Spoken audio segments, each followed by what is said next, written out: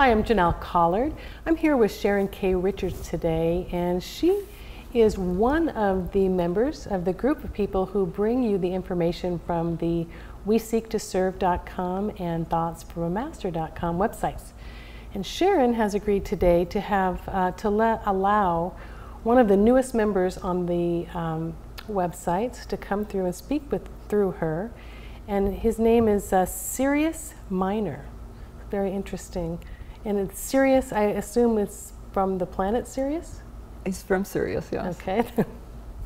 Okay. Well, if you're ready, we can go right into it. Well, I would like to say before we start, on our team, I am not the primary voice for Sirius Minor. He has been working with me recently, deciding that he needed a backup for his primary voice. And I have been that backup, so he's been training me. Okay. So he said he wanted to do this. So I said, okay, I will be brave. And just, you know, we'll see what happens. Excellent. Okay. And Sirius is one of our off-Earth allies, obviously. Oh, yes, he is one of our off-Earth allies. Okay, so it'll be fun to talk to him. Okay.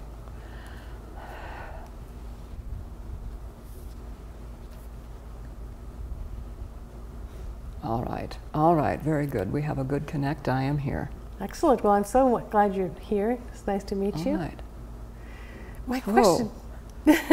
Hello out there. Hello, world. Yes, I am saying hello. All right. Can you tell Sirius Minor? What is the minor for?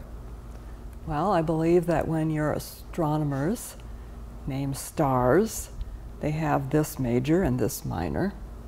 And my homeworld is designated Sirius Minor.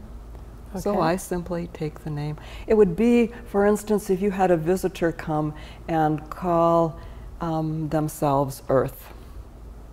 Okay. That's my homeworld. Okay. Well, and names are very confusing anyway. And if I had a name that was, you know, I mean, it's just easiest. Okay. It's where you're from. Yes. Okay. Well, I know you're one of the newest members on the panel on the We Seek to Serve websites. What is it that you are here to help humanity with? Oh. My specialty is working with the scientific community. And when I say scientific community, I am actually talking about individuals who have that kind of inquisitive curiosity. And they may not have an occupation that is in a field that would come in your academic world as considered to be science, rather than something else. But they have that inquisitive curiosity, which makes them open to suggestions for processes and mechanical equipment and inventions that will aid humanity. And that is my pleasure, to be working with the humans who have that kind of curiosity and that kind of inquisitiveness, because they will work. They can be maneuvered, negotiated to develop things that will improve all of humanity, rather than just working on something because it is a moneymaker. So this is emerging technologies, I would imagine. Or improvements on existing. Okay. Yes. Okay. Well, I hope you don't mind. I was wondering if I could ask you a few different questions regarding your homeland. I think a lot of us are so curious when we say off-Earth allies, and you're from these different star systems and planets, and I personally would like to know, I'm just curious on what your world looks like. I am glad. Because as we become what you are calling the expanded presence, as this begins to take shape, and as we begin to once again walk on the physical plane with the humanity of this planet, we would like to be friends.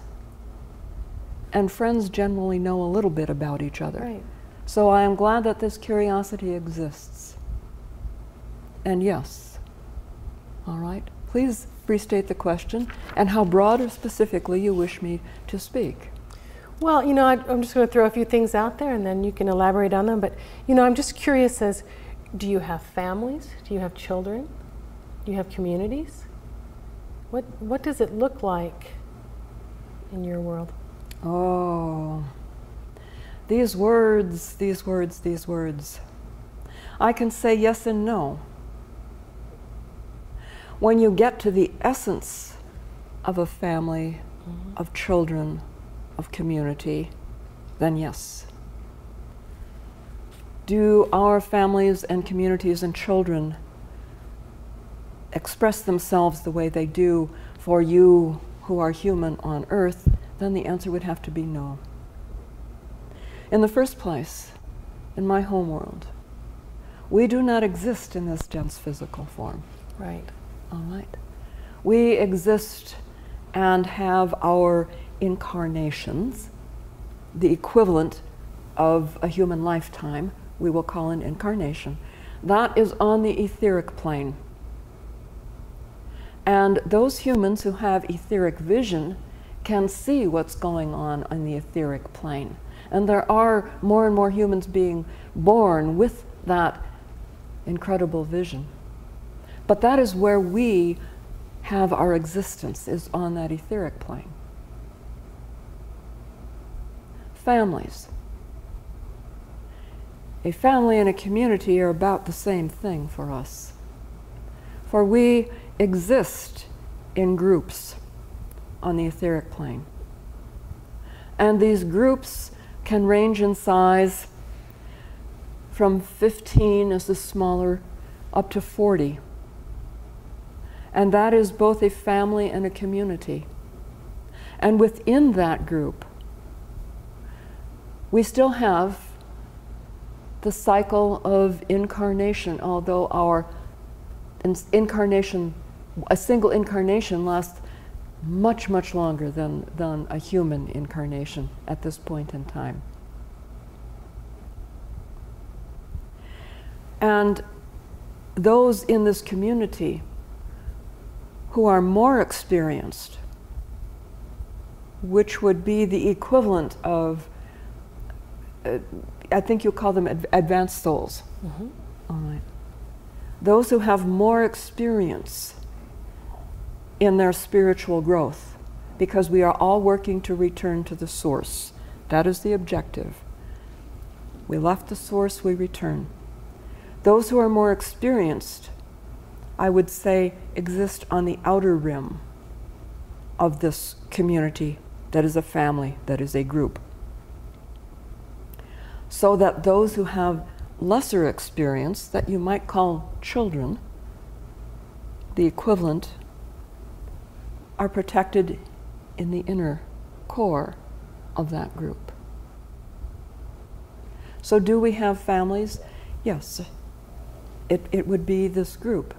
Now, you could say a community then, those on the outer ring of this group who have the more experience, they can reach out to other groups, to their neighboring groups.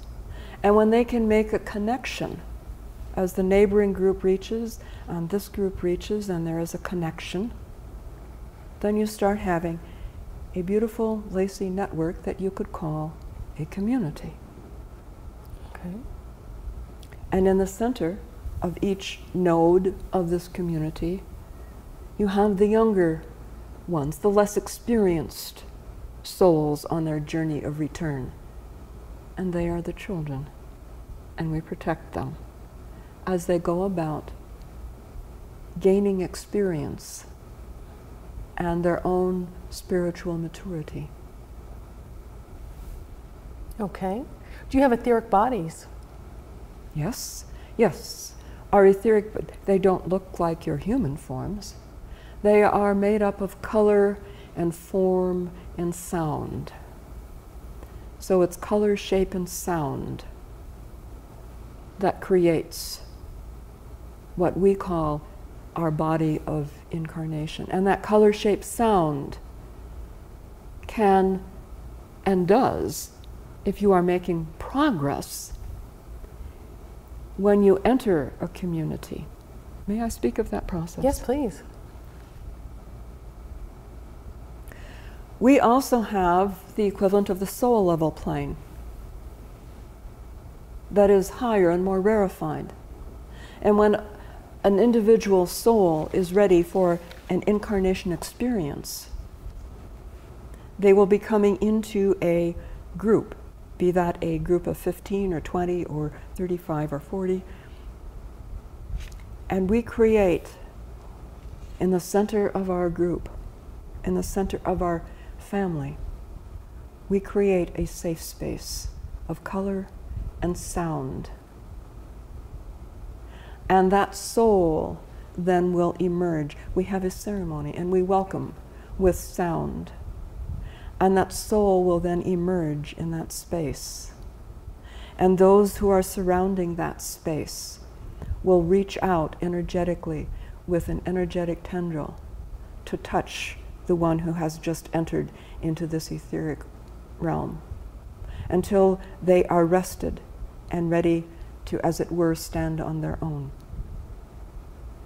And they will come in and they have a chosen color, shape, and sound that will finalize as they rest in the center of this community. And as they then go about gaining their experiences, that color, shape, sound can change and mature, much like your physical bodies on earth change and mature from infancy to adulthood. So the color, shape, sound will be modified depending on the experiences that this individual soul has. And always, well, most always, if things are working right, we have harmony within these groups. And that harmony is in color, shape, and sound. Now, you have some groups where, for instance, a particular color might be predominant. Mm-hmm. And you have other groups that have a glorious rainbow of colors and all in harmony. And I forget what your question was. Well, no, you just gave us the birthing process, which I thought was beautiful and eloquent. Now, what kind of experiences would these little new souls have? Relationships. Okay. Relationships. Beginning to understand the depth and breadth and meaning of oneness. It is all about oneness. And the fact that there is no individual unattached from creation's energy. That simply cannot happen.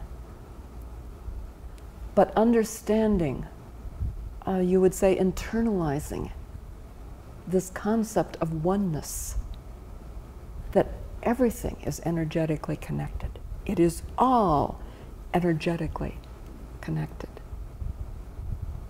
It's experiences that may be imposed in some way because the soul chose to have that experience imposed. It may be a decision that is made while incarnate for an experience, but it is, in essence, totally internalizing that experience of oneness and understanding what that means within the plan for all creation. So those experiences are normally in relationships. So supposing an individual comes into this group, and as they gain experiences with the relationships in this group and get to know those on the outer rim who have the tentacles to other groups, they say, geez, you know, I really would like an experience. Let me go visit that group. Mm-hmm. Let me go live with them a while. Let me go visit the Pleiades. Let me go, I will tell you, there is an energetic communication system. They want to go to Orion. They want to go to some other place. Let me be a foreign exchange student. Okay. You know, it's those relationships, it's those experiences that will emphasize and help each of us gain an understanding of oneness, the oneness of creation, and the beauty that creation is. Very interesting. Now, so I would assume, do you have education, like schools, universities? How does that work? I would say we have, the closest I would come is classes. Okay. Mm-hmm. That there are opportunities that those would come together. Let's say the youngest one, the newest member of this group, will connect with those who are relatively new. Mm-hmm. And they are together, and they are working with or receiving information from or asking questions of someone who is closer to the outer ring, right, of this group. You know, is this compulsory? Well, no, it is encouraged. Let us say that way. It's probably natural as well, because, you know, people are inquisitive. Little sparks are inquisitive, huh? Yes. Okay. They are. Interesting. Now, do you have a form of government? Do you have leadership? Not in the way that you would have it on Earth. We have a network, and there are meetings of representatives from these various groups as needed. But the wisdom tends to be passed on from those who are more experienced to those who are lesser experienced, and those who are the most experienced. At some point, we, as on Earth, you reach a point where these incarnations are no longer necessary. Well, we reach the same point. Mm-hmm. And those who are the most experienced are connected and have connections with the equivalent of your community, of the community of masters. So it is the decisions then that come down and are agreed upon, and consensus is reached. And this is not everyone goes in with a smile and says it's all going to be fine. There are varying opinions, there are differences that we iron out, that we work together and learn to reach consensus, which is all part of the relationship experience and the experience of oneness. It's interesting you said that, because I was going to ask, what kind of challenges do you have in your world? Yes, well, this group of 40 may have reached an internal consensus, and this group of 15 has a different internal consensus, and that has to be worked out if they are going to be working on, let's say, a similar project, or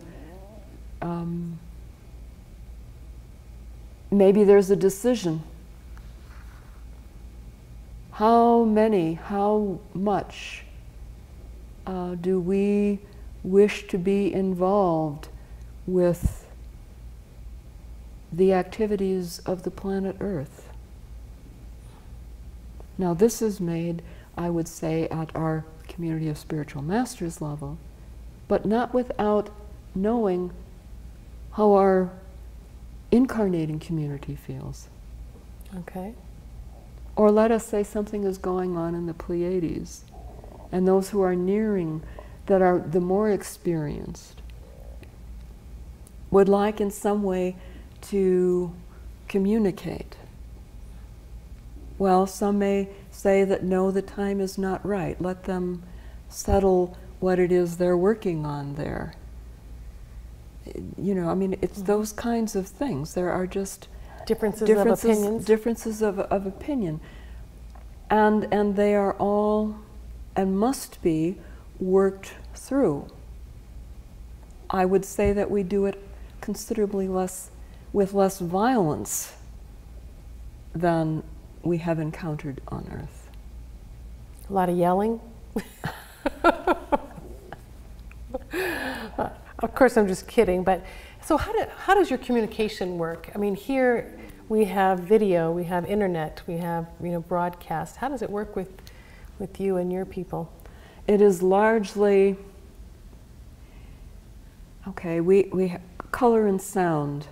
Okay, color and sound with, you could call, messages on the energetic strands and the energetic milieu that creates the oneness. I suppose you might call it analogous to telepathy, but is something on that nature. So would it go out to the masses, or would it, you could just talk amongst yourself, or it goes out to the masses at one time? If you wanted that to depends. It could. It might be a private matter for this group that needs only to be settled in this group. So just by intention you send it out? Yes, that would do it. Okay, interesting.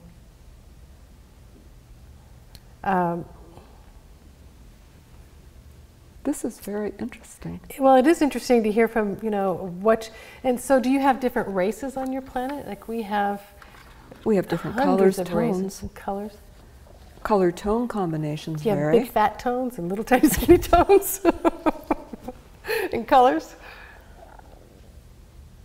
All shapes and sizes? Colors and tones are a vast continuum, much vaster than are recognized with the equipment that you have on the physical plane of Earth.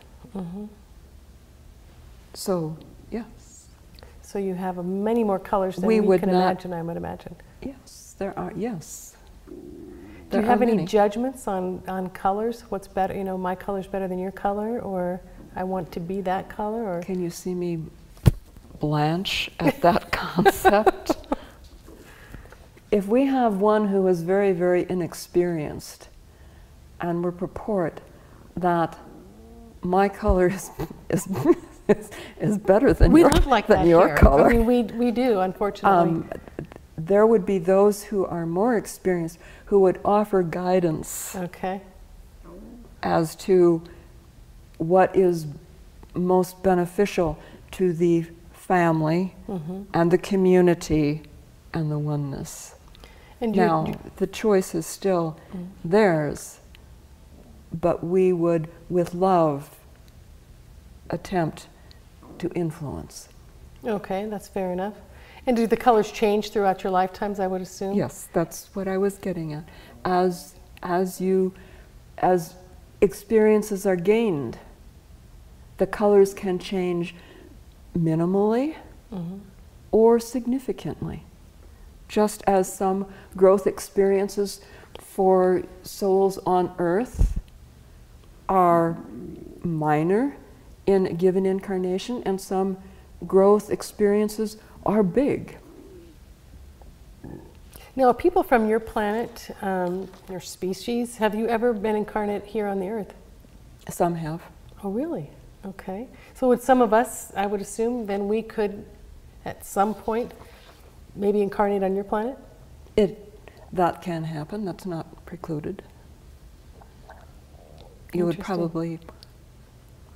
This is common, I would say, for all the off-Earth allies, that those of now in humanity may have lived the vast portion of their lives in other star systems. Right. Or only 1 or 2 lives, or maybe even none. But yes, that is possible. Very interesting. I think I am tiring. Are we? I think we're done here. And I thank you so much for coming through and giving us a sneak peek in the world of Sirius. Thank you. Thank you very much. Thank you. This has been enjoyable. Thank you.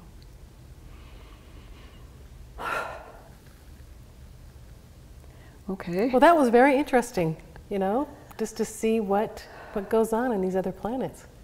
Yes,